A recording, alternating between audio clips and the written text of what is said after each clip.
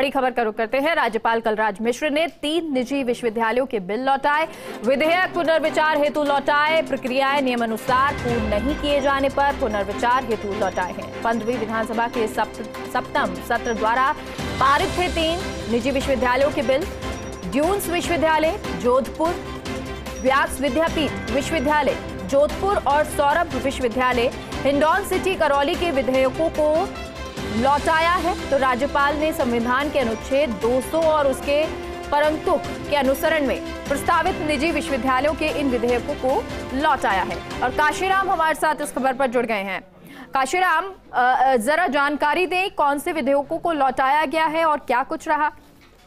जी मेघा, देखिए ये जो विधेयक हैं 3 विश्वविद्यालय निजी विश्वविद्यालय स्थापित होने हैं राजस्थान में, जिनमें से कि 2 तो जोधपुर हैं जो कि मुख्यमंत्री अशोक गहलोत के गृह क्षेत्र से आते हैं, और एक जो है हिंडौन सिटी करौली से है।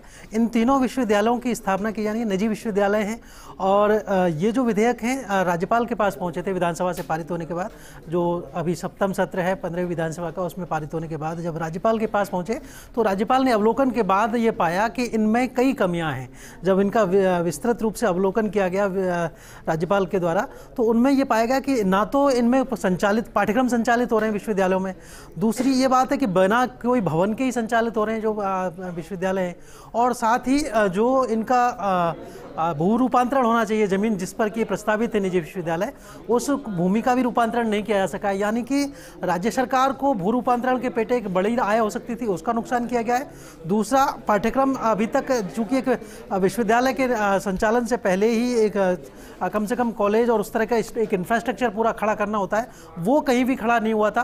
तो उन सब कमियों को देखते हुए राज्यपाल ने इन तीनों विश्वविद्यालयों के जो विधेयक हैं वो लौटा दिए। जैसे कि एक विश्वविद्यालय से जुड़ा हुआ गुरुकुल विश्वविद्यालय का मामला था सीकर का, जो कि विधानसभा में भी उठाया था। उपनेता प्रतिपक्ष राजेंद्र राठौड़ ने यह मामला उठाया था कि वहां पर कोई विश्वविद्यालय बन नहीं रहा था, और उसके बावजूद जो कमेटी गई थी राजस्थान विश्वविद्यालय के, एक उसमें प्रोफेसर भी थे और जो उदयपुर के विश्वविद्यालय कुलपति थे वो शामिल थे, और उस कमेटी ने ये रिपोर्ट जारी कर दी थी कि वहां पर भवन बना हुआ है, विश्वविद्यालय चल रहा है अच्छी तरह से।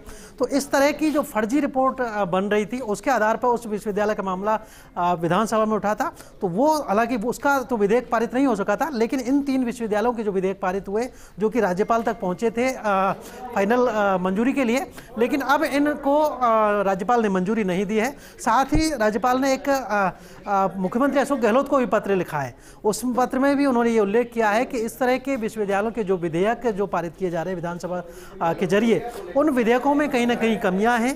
विश्वविद्यालय जो स्थापना की जो प्रक्रिया है उसमें कमियां हैं, और निश्चित रूप से कहीं ना कहीं राज्य सरकार के उच्च स्तरीय अधिकारियों और न्यायिक अधिकारियों के द्वारा एक कमेटी बना करके इनकी जांच की जाए, और किस तरह से इसमें नियमों की अनदेखी की गई, भू रूपांतरण के नियमों की अनदेखी की गई, भवन निर्माण नहीं किए गए, पाठ्यक्रम बिना जो संचालित हो रहे हैं विश्वविद्यालय, तो उस सब को लेकर ये कमियां हैं जिनके बारे में कि खास तौर पर राज्यपाल ने मुख्यमंत्री अशोक गहलोत को और पत्र लिखकर ये कहा है कि एक कमेटी बना करके इसकी जांच कराई जाए, और उसके बाद ही इन विश्वविद्यालयों की स्थापना के लिए दिशा निर्देश जारी किए जाए। जी चलिए, बहुत बहुत शुक्रिया आपका काशीराम जानकारी के लिए।